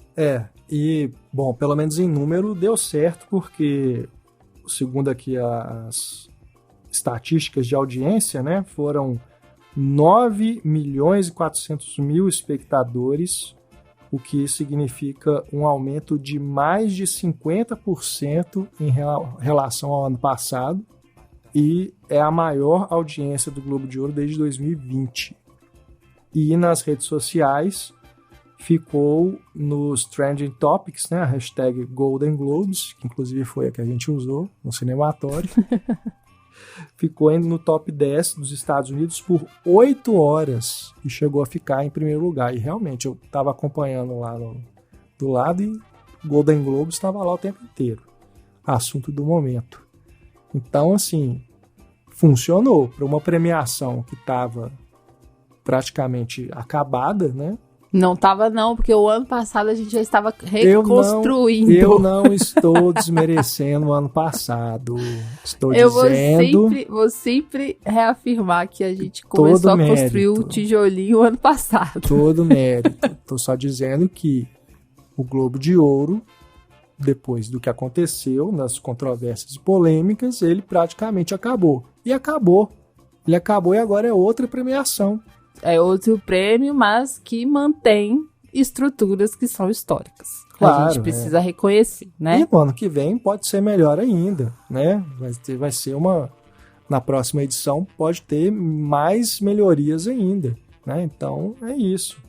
Estamos participando da mudança, né? Acho que isso é o mais importante, né? Se você quer que as coisas mudem, faça parte da mudança. Outra coisa também que me chamou a atenção foi porque os discursos não estavam tão inspirados, né? Tirando da Lily Gladstone, que eu achei bem massa, eu senti que faltou um pouco de pimenta, sabe? Nos discursos, principalmente depois de termos passado aí por 2 greves muito significativas, assim. Não lembro de ter visto menção a isso. Inclusive, foi bom você mencionar isso da greve, porque eu acho que o Joe Coy perdeu, inclusive, uma grande chance, né, de usar isso para poder se justificar lá. Por quê? Bom, se ele foi contratado 10 dias atrás e foi o tempo que eles tiveram para fazer o monólogo, só mostra o quanto que o trabalho dos roteiristas é importante. Exatamente, mas que isso. Não é uma inteligência artificial que vai resolver o problema, entendeu? E que não é uma coisa fácil de fazer, que em 10 dias você resolve. O cara não pega os ganchos políticos massa que daria para fazer, sabe? Enfim. Acabou que... É limitado. Isso foi uma consequência que a gente percebe vendo o desastre que foi. Mas ele poderia ter mencionado isso mesmo.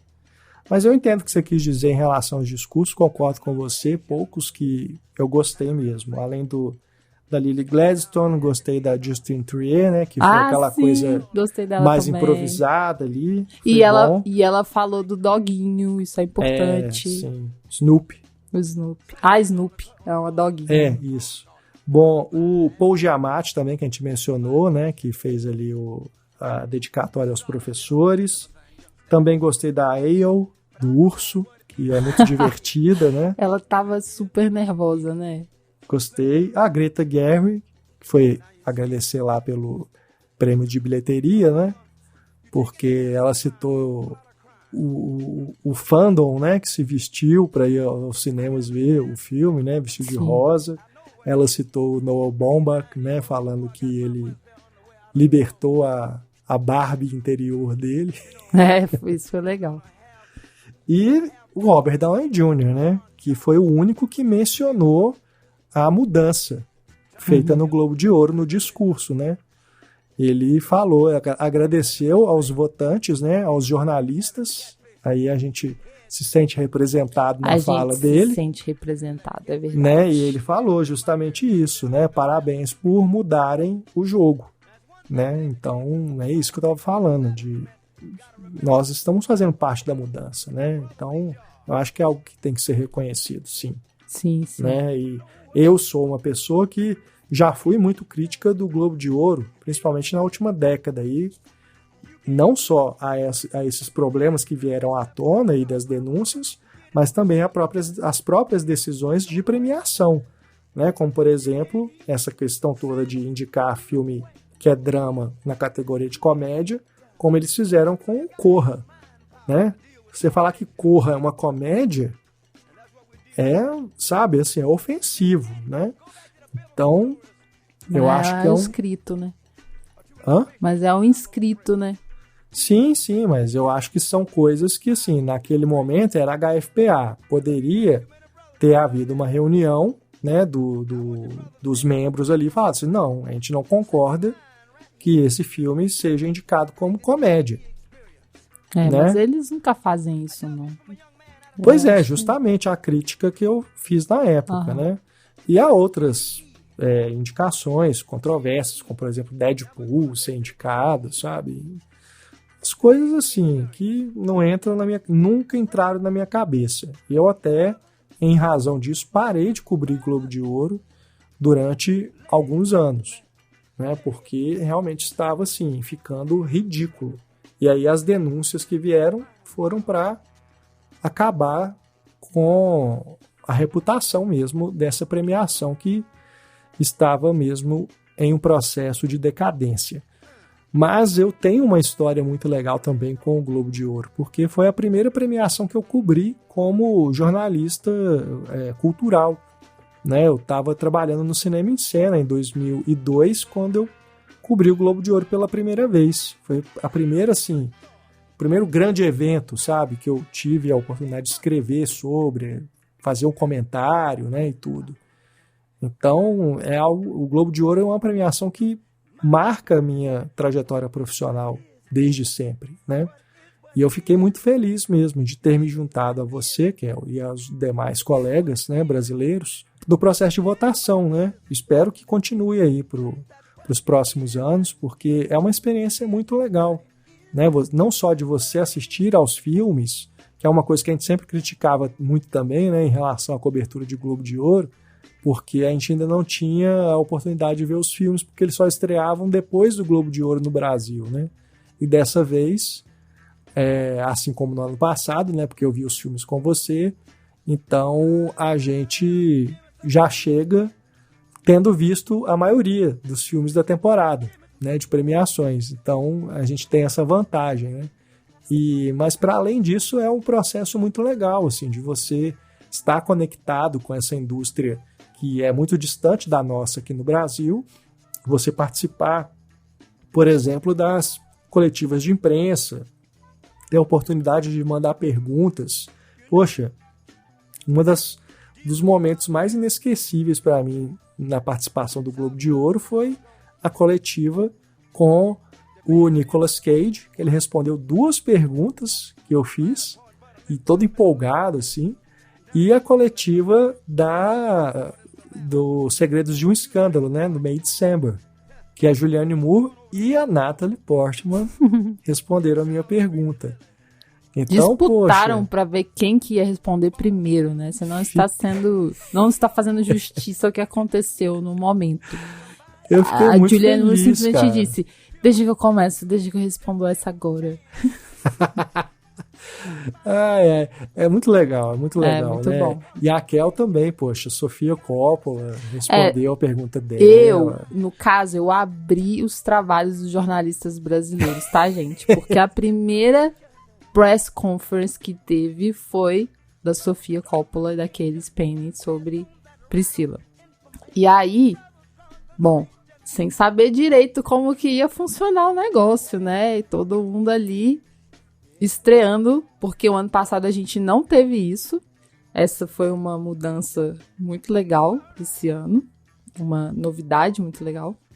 E aí, gente, quando o jornalista abriu para as perguntas dos jornalistas convidados, a primeiríssima era eu, Kel Gomes.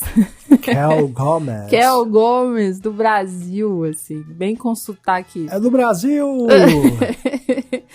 Bem com sotaque norte-americano, estadunidense. E aí foi aquele impacto, assim, de Sofia Coppola, que é uma diretora que eu amo, sou apaixonada, e foi a primeira diretora que me despertou para direção de mulheres mesmo. E isso eu falo no nosso podcast sobre a filmografia dela. De repente tá escutando o meu nome e tá respondendo uma pergunta que eu fiz a ela, assim, ela e a atriz que ela escolheu pro filme. Isso realmente dá um quentinho no coração, muito sabe? legal. Pra mim não tem a ver com glamour, não mesmo, tem a ver com isso, assim, com uma motivação de profissão mesmo, sabe? De missão, assim, de vida, de você tá fazendo o que você acredita, que você gosta e tá chegando em um lugar que antes você nunca nem imaginava que estaria, né? Mesmo que seja online, é muito legal, porque você tá sendo percebido por um grande ídolo, né? Isso é massa demais. Então, que de outra forma a gente não teria, né, essa oportunidade, porque, como falei, é uma indústria que está muito longe da nossa. Muito longe. Principalmente a gente que trabalha com jornalismo independente, a gente não tem possibilidade de, por exemplo, ir fazer uma viagem para os Estados Unidos para poder participar de eventos de divulgação lá, né? E às vezes até mesmo quando é online, né? Porque os estúdios dão preferência para veículos de grande circulação, né? Então a Globo da vida, a Veja, a Folha de São Paulo, né? Eles não vão ligar para o independente, porque eles trabalham com números de audiência, né? Então, assim, foi uma oportunidade muito legal nesse sentido, né? Da gente ter essa chance. Acesso aos filmes e acesso aos talentos, como eles chamam. Eu acho bonitinho, assim, que eles chamam os diretores, diretoras, atores, atrizes, etc., de talentos. Então, isso foi realmente, assim, uma valorização do nosso trabalho. Assim que eu vejo. Porque eu brinco, né? Não tem glamour, gente. Não tem glamour, sabe? É um trabalho que começa, eu acredito assim, que começa até antes mesmo de quando a temporada vem, porque a gente começa em janeiro, com os lançamentos de janeiro, que a gente começa vendo. Então, isso que a gente começa vendo em janeiro já vai servir para o final do ano, quando a gente volta no Globo de Ouro. Né? Então, os filmes todos, e agora séries, porque a gente também volta em séries, e as séries que a gente vê ao longo do ano, que são lançamentos, eles serão importantes para nossa avaliação depois. Aí, da metade do ano pro final, é quando começa a vir os For Your Consideration, né? Principalmente em outubro. E aí são muitos e-mails chegando, muito filme, muita série pra ver. Tem filme que chega em link, tem filme que chega em plataforma, então cada um tem seu jeito de se organizar pra conseguir ver o máximo de filmes e séries possível. E nisso, eu gosto sempre de pontuar, é um trabalho, e é um trabalho que tem que se dedicar. Então não tem glamour nisso, assim, ver muitos filmes, ver muitas séries, analisar e votar com dedicação, sabe? É colocar sua alma nisso, porque é sério, né? É um trabalho sério, assim. Sem dúvida. E a gente não tem como participar da parte glamourosa que é a festa. Imagina se a gente pudesse... Aí sim, aí eu ia falar pra vocês, olha, eu tô aqui de vestido longo, gala, tomando meu Monet, que é o nem sei como é que chama o... Drink lá? Não, o champanhe que eles usam, que patrocina, enfim. Aquele jantar chiquérrimo, aquilo sim é glamour, né, gente? Mas a gente não participa dessa parte, então... É verdade. Mas, né, só de estarmos aí tendo essa possibilidade de fazer a diferença na carreira, né, de, por exemplo, a própria Justine Trier. Sim, né? A própria Justine, da Lily Gladstone. Né? Eu acho que isso já é formidável e, ao mesmo tempo, a gente também acaba tendo uma influência no Oscar, né? Porque tem esse papo de sempre aí de que o Globo de Ouro é termômetro do Oscar, né? Não é bem verdade, porque os votantes são diferentes, então quando você quer analisar por esse lado de termômetro do Oscar, o melhor caminho são sempre os sindicatos, o SEG, o DGA, né? Porque ali sim você tem as mesmas pessoas votando nessas premiações de sindicato e no Oscar. O Globo de Ouro não tem nada a ver. São jornalistas e críticos que não fazem parte da academia. Mas, pelo menos neste ano, temos que levar em consideração uma coisa. A votação do Oscar acontece entre os dias 11 e 16 de janeiro. Então, sim, podemos dizer que o Globo de Ouro pode ter um impacto no Oscar, né? Porque foi uma premiação vista por muita gente, né? Quem vota no Oscar viu o Globo de Ouro, provavelmente. Muitas das pessoas que estavam lá no Globo de Ouro, né, vão votar no Oscar. Então, sim, pelo menos neste ano a gente pode dizer que o Globo de Ouro tem uma importância real. Pode influenciar, sim, nos indicados. Vamos saber no dia 26 de janeiro, quando serão revelados os indicados ao Oscar de 2024. Né? Aliás, no dia 23 de janeiro. Dia 23 de janeiro saem as indicações. E é isso também, né? Temporada de premiações é um momento de celebrar, assim, o cinema de alguma forma, sabe? Celebrar o trabalho das pessoas do cinema. Então, tem também o seu lado divertido, né? Além do trabalho de votação, tem também esse lado divertido, esse lado massa de poder celebrar esse trabalho ao longo de todo o ano, assim. Então, tanto de filmes dos Estados Unidos, quanto da França, quanto da Finlândia e etc. E do Brasil, infelizmente, a nossa maior decepção foi não poder votar em nenhum filme brasileiro, porque não tinha nenhum elegível.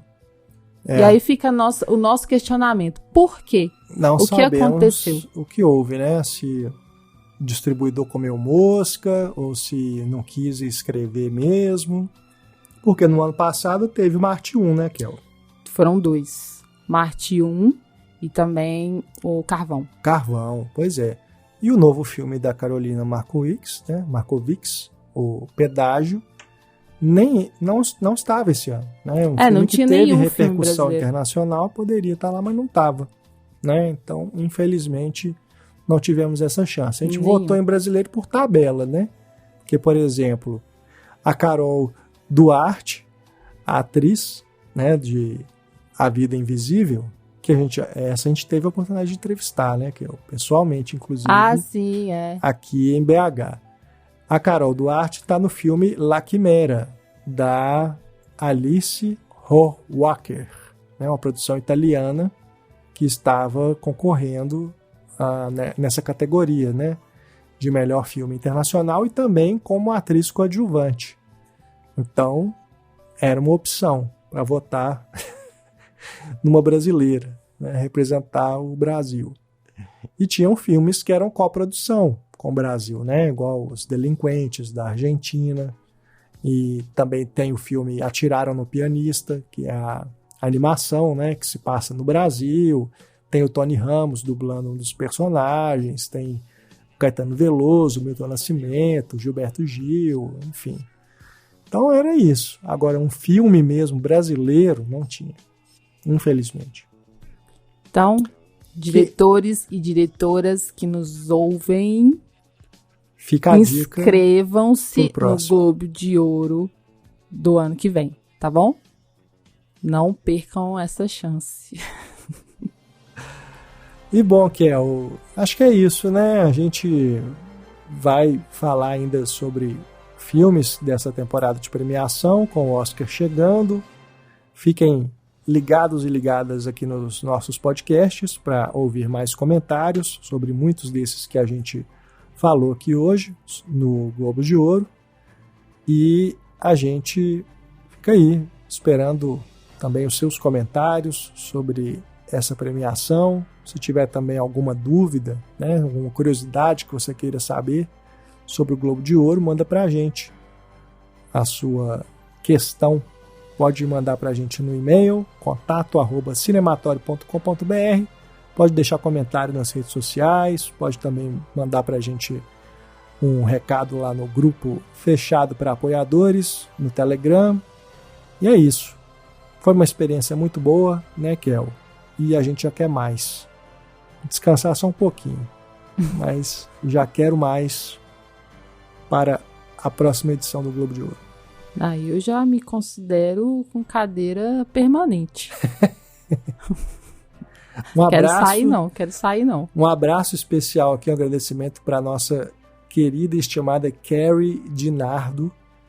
Fantástica, o nosso contato, né, para o envio dos links, das coletivas e tudo mais. Ela que foi a principal porta-voz ali no contato com a imprensa. Ela lá do Globo de Ouro, tá, gente? Lá de Los Angeles. Ela é. Então ela é nosso contato aqui diário. Isso. Né? Nossa best friend e boss. Valeu, Carrie. A gente adora você, tá bom? Seu trabalho também. E muito obrigado a você que nos ouviu. Fiquem conosco e temos ainda muitos podcasts para você ouvir ao longo de 2024. Beijo, gente. Até a próxima. Grande abraço, pessoal. Até mais. Tchau.